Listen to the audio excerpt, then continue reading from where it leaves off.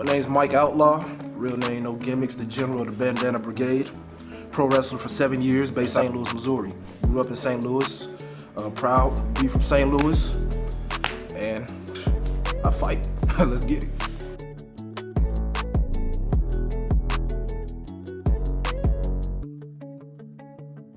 See, at times, being a full-time wrestler, while also being a full-time trainer, they do tend to get in the way of each other at times. Because you get into business to be a wrestler, to do things for yourself, to chase your dream. But then as a trainer, you have to also focus on other people's dreams. So sometimes your dreams collide and your goals collide with your trainees, which, well, I won't say it like it's a bad thing, but there's sometimes a conflict of interest.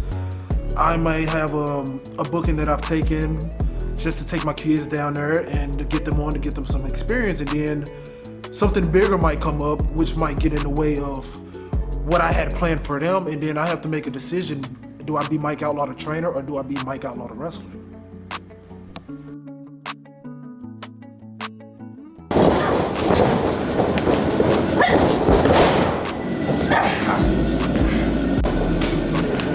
Don't just turn around. Like feed it to me, you know what I mean? Instead of turning the charge. My name is Tootie. I am a wrestler here in St. Louis. I've been a professional wrestler for almost 3 years. I've been training in karate for 7 years, and I am also a black belt. Outlaw is more than just a trainer. He's passionate. He puts his students over himself. And he's also my best friend, someone I can always come to.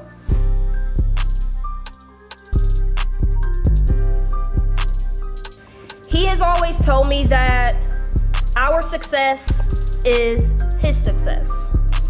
Myself as a trainer, I try to be a realist. I try to help people find their positives and hide their negatives. I try to teach people to be the best version of themselves. I try to teach people everything that I've learned in wrestling, whether it's mistakes or whether it's positive things, to help them so they don't really have to go through those same trials and error. I feel like a lot of trainers train for clout. I don't really train I train because I want to make sure that the future of what's going on in St. Louis is in good hands. And I train to give everything that I've ever learned. I don't hold back when I train. If you become better than me, that's fine. I'll be proud of you.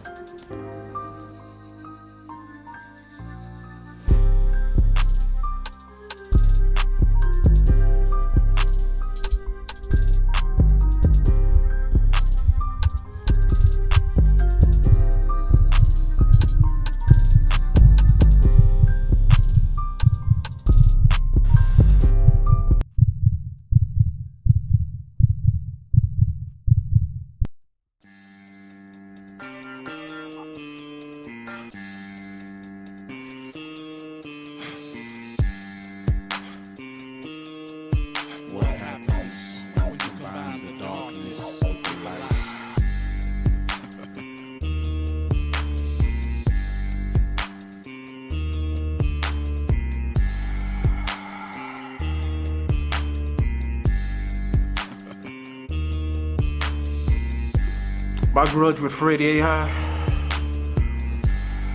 it goes back years. It goes back years behind the camera. Stuff that you guys don't even see, stuff that you guys don't even know.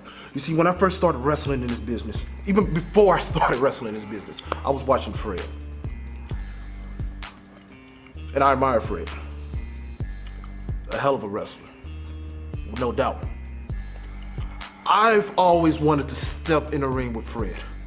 Knowing how good he is and knowing how everybody else knows how good he is, I step in the ring with Fred. I prove that I'm just as good as anybody else. I couldn't have made that happen, but I feel like Fred could have. And if a promoter isn't gonna make it happen, then I'm gonna make it happen. I'm gonna make it happen right here at my school. And the call outs will not stop until he responds. I foresee this going wrong because this is going to disrupt the learning environment that this dojo has established.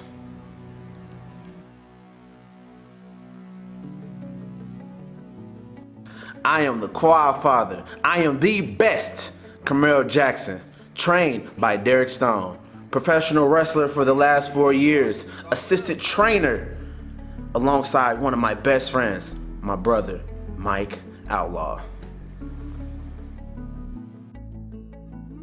The relationship between Mike Outlaw and myself, Camaro Jackson, oh, come on. That's my dog, man. Ever since the day I stepped foot in the ring, dude gave me a handshake. He said, "What's up, man? I'm from St. Louis, just like you." I'm like, oh, shoot. It's another one of me.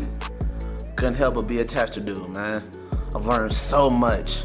I've gained so much just for being this guy from St. Louis, just like me, being his friend, being his brother, being his partner.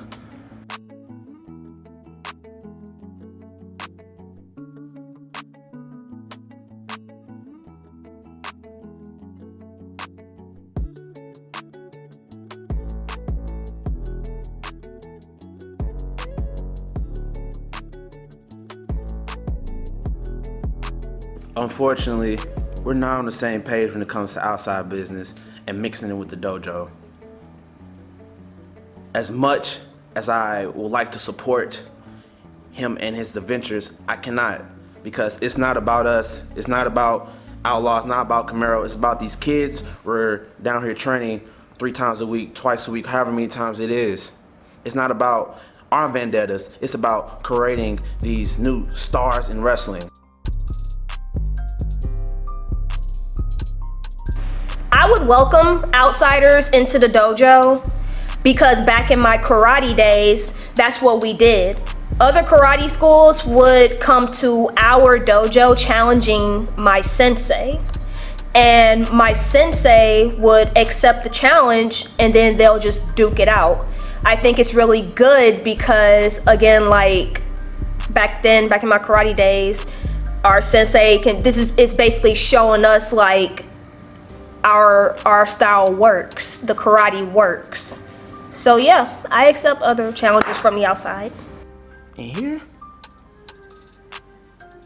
Nah, man. Nah. And the call outs will not stop until he responds.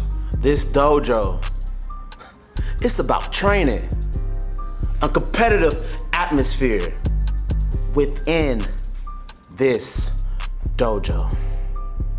And to be honest with you, I foresee this going wrong because it's going to disrupt the learning environment that this dojo has established. We don't know the outsiders who's going to try to walk in here and handle their grudges.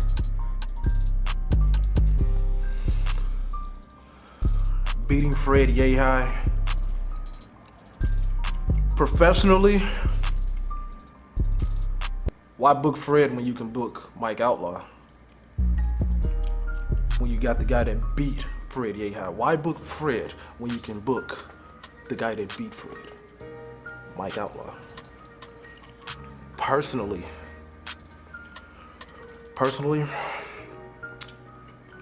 it's validation.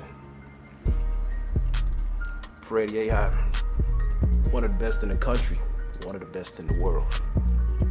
I beat Fred Yehi. I'm as good as anybody else. There's no more denying it.